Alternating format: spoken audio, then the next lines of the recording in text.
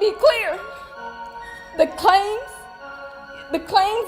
that were used about the public donation to buy a home or anything else are completely false. We have not received a single dime from the Give, Send, Go fundraiser. Life, and you will have the opportunity to use that money to fund a brand new home worth nearly $1 million, as well as, get this, get yourself a new whip. In order to cover the rising costs of the defendant's legal defense, the family of the accused decided to organize online crowdfunding campaigns, hoping to gather enough support to manage the mounting financial pressures that came with such a high-profile case. Through a campaign launched on the fundraising platform Gifts and Go, contributions began to pour in rapidly from supporters who believed the defendant was being unfairly targeted. And by April 17th, the total amount raised had already surpassed $453,000, climbing even higher to more than $515,000 by the beginning of May. The father of the accused, who also owned a small neighborhood restaurant called the Frisco Pizzeria where the defendant himself had occasionally worked part-time to help out, expanded the fundraising effort by setting up another campaign on the widely recognized platform GoFundMe, and that initiative on its own collected close to $250,000 in donations.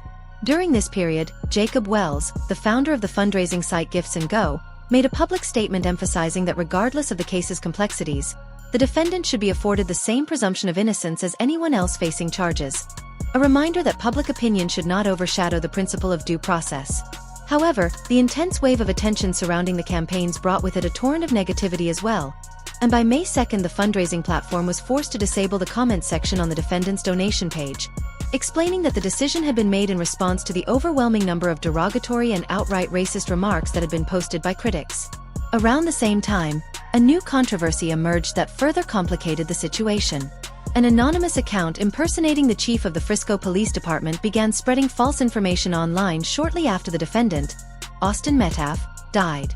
This account released what it claimed to be an official autopsy report, falsely stating that Metcalf had died from an overdose of MDMA combined with fentanyl, and the fabricated report quickly went viral, receiving millions of views across the platform X, formerly known as Twitter, as well as on other social media outlets.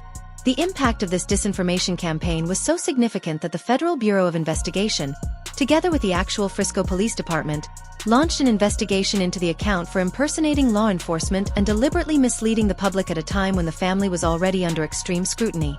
The smear campaign intensified further when the Daily Mail published a report that painted the family in a negative light, alleging that they lived in a luxurious $900,000 home funded through the embezzlement of donation money, despite the fact that the family had not taken a single dollar for personal use from the donations raised on their behalf. The damage of these claims was not only reputational but also deeply personal, as the defendant's family began receiving online attacks that grew increasingly vicious. In a particularly emotional statement, the defendant's father revealed the toll the situation was taking on his loved ones, explaining that his 13-year-old daughter was now terrified to sleep in her own room because she lived in fear of what might happen to her. A sentiment that highlighted just how deeply the harassment and the swirling conspiracy theories had penetrated the family's private life. He was adamant that the accusations being circulated were entirely false, stressing that not a single dollar raised for legal defense had been redirected toward the purchase of a home or any other extravagant expenses. Yet despite these denials, the situation spiraled into a larger narrative that could not easily be dismissed. The story soon took a dramatic turn when news broadcasts began running crawls at the bottom of television screens announcing a federal investigation into the finances of the Anthony family, whose connections to the case had already drawn widespread speculation. What had begun as whispered rumors on the internet just days earlier was now being confirmed as the subject of serious legal inquiry by authoritative voices on national news networks. Following the indictment of Carmelo Anthony's parents for first-degree murder, the family hastily moved to sell their sprawling $20 million estate, an urgent decision that immediately raised suspicions among prosecutors and federal investigators. The abrupt nature of the sale, coupled with the lack of transparency about the buyer and the unusual transfer of ownership through a little-known trust within only 48 hours of the property being listed, prompted authorities to question the motives behind the transaction. The Department of Justice began looking into whether the sale represented a preemptive strategy designed to shield assets from potential government seizure or restitution orders. Adding to the suspicions, the mansion was listed for sale the very day after the indictment and was closed on almost immediately without undergoing any public showings, a sequence of events that seemed far too coincidental to prosecutors monitoring the family's actions. Investigators also uncovered links between the buyer and a shell corporation tied to a broader web of offshore accounts that had been flagged during a banking audit in 2021, further deepening the perception that the Anthony family's financial maneuvers were not merely about selling a property but about concealing wealth in anticipation of mounting legal and financial consequences. Public reaction to this development was one of shock and growing skepticism, as people began asking urgent questions. Why was the property sold with such speed? Why was the buyer's identity kept secret? And why did the sale appear to be carried out with such calculated secrecy if everything was above board? According to the Anthony family's legal representatives, the sale was nothing more than an unfortunate coincidence, a measure taken to preserve their legacy and stabilize their lives in the face of mounting uncertainty.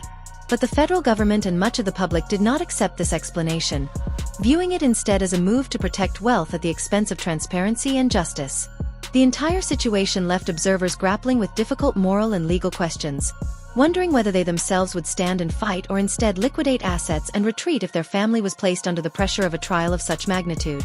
By now, the Anthony estate had become a powerful symbol not just of wealth and prestige but of the fallout that comes when a family's legal and financial dealings come under the harsh spotlight of federal scrutiny.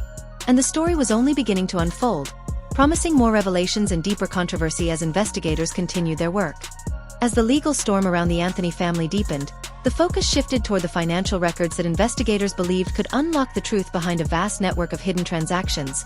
And it was in these records that authorities claimed to find the clearest evidence of deliberate attempts to obscure assets from both federal seizure and public scrutiny. The Department of Justice, working in close coordination with forensic accountants, traced payments through multiple offshore accounts, revealing connections to shell corporations based in jurisdictions known for strict banking secrecy laws such as the Cayman Islands, Belize, and Panama. According to leaked reports, some of these accounts were first flagged years earlier in suspicious activity audits that had not been made public at the time, but were now resurfacing as part of the broader investigation into the Anthony family's financial dealings. Federal agents began piecing together a timeline that suggested the rapid sale of the $20 million estate was not a standalone event but part of a larger scheme to move wealth discreetly across international borders, with funds allegedly diverted into trusts managed by intermediaries whose names had been previously linked to tax evasion cases. The complexity of the transaction stunned even seasoned investigators, who described the financial web as deliberately layered in ways designed to delay or derail detection, with money transferred through multiple accounts within days and in amounts carefully structured to remain just below mandatory reporting thresholds. While the defense attorneys insisted that these financial moves were routine estate planning measures, prosecutors countered by presenting evidence that the timing of transfers, occurring within hours of the indictment announcement, strongly suggested intent to evade the reach of federal law. This narrative gained traction when federal subpoenas revealed communication between the Anthony family's financial advisors and international banking firms in Zurich and Luxembourg, where queries about rapid asset liquidation and emergency trust transfers were made in the days leading up to the property sale. These revelations painted a troubling picture of a family not only embroiled in a criminal indictment but also potentially orchestrating a parallel financial scheme to preserve wealth in anticipation of potential judgments, fines, or restitution orders. Public opinion, which had already been skeptical following the sudden estate sale, now began to harden against the family as commentators on major networks speculated that the Anthonys were prioritizing financial preservation over accountability, a perception that was difficult to erase. The media frenzy intensified when investigative journalists uncovered that the Anthony family's charitable foundation, once lauded for funding youth programs and community initiatives, had also been linked to transfers routed through the same offshore accounts under scrutiny. Although no definitive proof yet showed that donor funds had been misused, the overlap between the foundation's financial pathways and the private accounts raised ethical questions that further eroded the family's public standing. A prominent financial crimes expert interviewed on national television explained that the hallmark of sophisticated concealment strategies is the use of legitimate entities like foundations to mask illicit transfers. And while the Anthony Foundation had not been formally accused, the optics alone cast a long shadow of suspicion. As the weeks progressed, court filings revealed even more details. Assets had not only been hidden abroad but also diversified into luxury vehicles, rare artwork, and high-value collectibles, some of which had been discreetly moved into storage facilities under corporate names unrelated to the Anthonys. Investigators argued that this pattern was consistent with asset shielding behavior, where liquid wealth is converted into tangible items that are harder for authorities to seize quickly. The discovery of these concealed assets fueled a broader debate about loopholes in financial regulations that allow wealthy individuals to exploit international systems in ways that ordinary citizens cannot, highlighting an imbalance that struck a nerve with the public. In the courtroom, the defense tried to portray the family as victims of overreach, arguing that wealthy families often diversify holdings globally for perfectly legitimate reasons. But the prosecution countered that the sheer scale and the timing of the transfers were impossible to dismiss as coincidence. News outlets amplified the debate, with commentators drawing parallels to past scandals involving celebrities and politicians caught moving money offshore in anticipation of legal action, creating a narrative that placed the Anthony case squarely within a historical pattern of the elite evading accountability. Meanwhile, behind the scenes, the stress of the investigation was reportedly tearing at the family itself, with rumors surfacing of disputes between relatives over how best to handle the mounting legal crisis.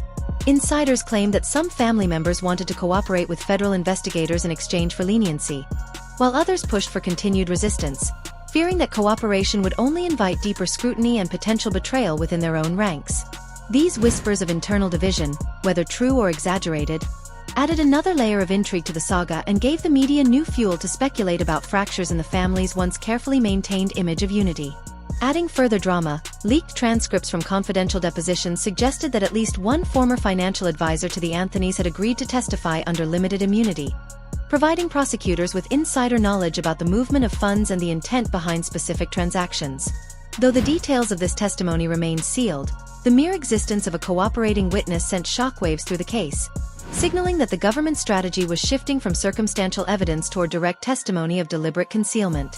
Financial watchdog groups seized on the moment to call for reforms, urging lawmakers to strengthen regulations around international transfers and to impose stricter requirements on charitable organizations, which they argued could too easily be used as conduits for questionable financial activity. By this point, the Anthony saga had become more than a single legal battle. It was a flashpoint in a larger conversation about privilege, wealth, accountability, and justice.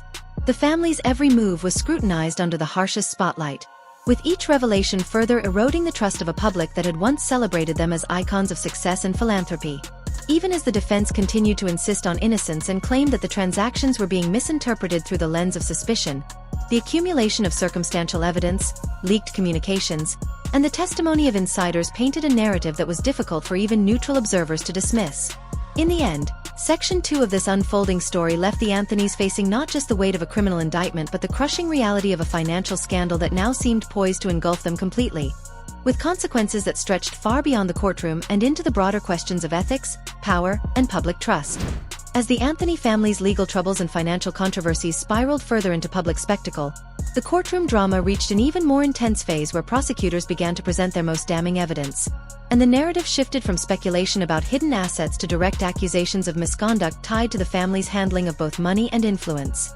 Central to the prosecution's argument was the claim that the Anthonys had leveraged their public standing and philanthropic image as a shield, using charitable endeavors and public goodwill to distract from a carefully orchestrated system of concealment that stretched across multiple continents. Investigators produced documents showing that days before the indictment was officially filed, wire transfers had been executed from domestic accounts into entities linked to European holding companies, and these transfers were immediately followed by instructions to convert funds into precious metals and cryptocurrency, methods often favored for their difficulty to trace. Prosecutors argued that such precise timing could not have been coincidental, presenting this evidence as proof of intent to evade federal authority, while the defense countered with claims that wealthy individuals often diversify assets in such ways as part of normal estate planning, insisting that the government was unfairly criminalizing routine financial behavior.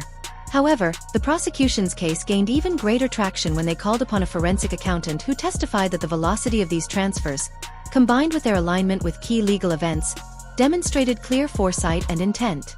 The courtroom atmosphere was electric as witnesses were brought in one after another, each adding to the portrait of a family determined to preserve its empire at all costs. A particularly dramatic moment unfolded when a former business associate of the Anthonys, now under immunity, testified that in private conversations leading up to the indictment, family members had openly discussed strategies to place assets beyond the reach of the Department of Justice, including moving ownership titles into the names of distant relatives and trusted associates. This testimony sent shockwaves not only through the courtroom but across the nation as news outlets broadcast every detail, with commentators labeling the revelations as a betrayal of public trust. The defense, clearly shaken, tried to discredit the witness by painting him as a disgruntled former partner seeking revenge, but the damage to public perception was already immense. Beyond the courtroom, the fallout continued to grow. Protesters gathered outside federal buildings demanding accountability, holding signs that accused the Anthonys of exploiting privilege to escape consequences that ordinary citizens would never be able to avoid. Social media amplified the outrage, with trending hashtags calling for reforms and justice, while influencers and activists used the case as a rallying point to highlight broader issues of corruption, inequality, and the double standards that exist within the justice system. The Anthony name, once associated with glamour and philanthropy, had now become synonymous with scandal, excess, and deceit. Adding to the firestorm, leaked internal emails from the family's public relations firm showed frantic attempts to control the narrative, with strategists advising the family to emphasize their charitable work and personal struggles in order to humanize their image. But these efforts were widely criticized as manipulative and insincere. Meanwhile, the judge overseeing the trial faced growing pressure to maintain strict impartiality, with both sides accusing the court of bias depending on each ruling made. In one particularly heated exchange, prosecutors demanded that bail conditions be revoked after discovering evidence that the family had attempted to sell yet another property through a shell corporation while the case was ongoing, a move they argued was a blatant violation of transparency. Though the defense insisted the sale had been arranged months earlier and was unrelated to the indictment, the revelation only deepened the sense of mistrust. The emotional toll on the family was also on full display, with cameras capturing tearful moments as relatives arrived at court, attempting to present a united front despite persistent rumors of internal conflict. Reports circulated that younger family members, particularly those not directly implicated in the charges, were privately expressing frustration at being dragged into the scandal and at the immense personal sacrifices required to defend the family legacy. Yet, despite this turmoil, the prosecution remained relentless, continuing to reveal new layers of evidence ranging from offshore banking logs to confidential testimonies. A turning point came when prosecutors presented evidence that linked the Anthonys' financial activities to lobbying efforts aimed at influencing political figures, raising questions not just of financial misconduct but also of potential corruption. Although no politicians were directly named in open court, the implication that the family's reach extended into political circles only heightened the drama, fueling speculation about how deep the web of influence might run. News anchors described the case as a scandal with no bottom, and nightly broadcasts dissected every revelation with panels of experts debating its significance. By now, the public perception had crystallized into a belief that the Anthonys were emblematic of systemic problems where wealth and power are used to bend rules and evade accountability. Even if the defense managed to secure acquittals on some charges, the damage to the family's reputation appeared irreparable. The philanthropic programs they once championed were distancing themselves from the family name, with several charities returning donations and severing ties altogether, citing reputational risks. Corporate sponsors that had previously partnered with the family's ventures quietly withdrew support, and their presence in public life dwindled as they faced social and financial ostracism. The larger lesson observers took from this saga was not just about the Anthonys as individuals, but about the broader failures of a system that allows such concealment to flourish until it becomes too massive to ignore. Legal scholars began publishing op-eds calling for sweeping reforms to close the loopholes that had enabled the concealment of assets through shell corporations, offshore accounts, and trusts, while activists called for stricter oversight of high-value property transfers in the wake of criminal indictments. As the trial stretched on, the nation remained fixated on every detail, recognizing that the verdict would carry implications far beyond the fate of a single family. For some, it was a referendum on whether justice could truly be blind in the face of wealth and privilege, and for others, it was a sobering reminder that even the most carefully cultivated public images could collapse in an instant when confronted with the relentless pursuit of truth. In this way, the Anthony case came to symbolize more than just a family's downfall. It became a mirror reflecting society's deepest anxieties about fairness, corruption, and the fragile balance between wealth, power, and justice.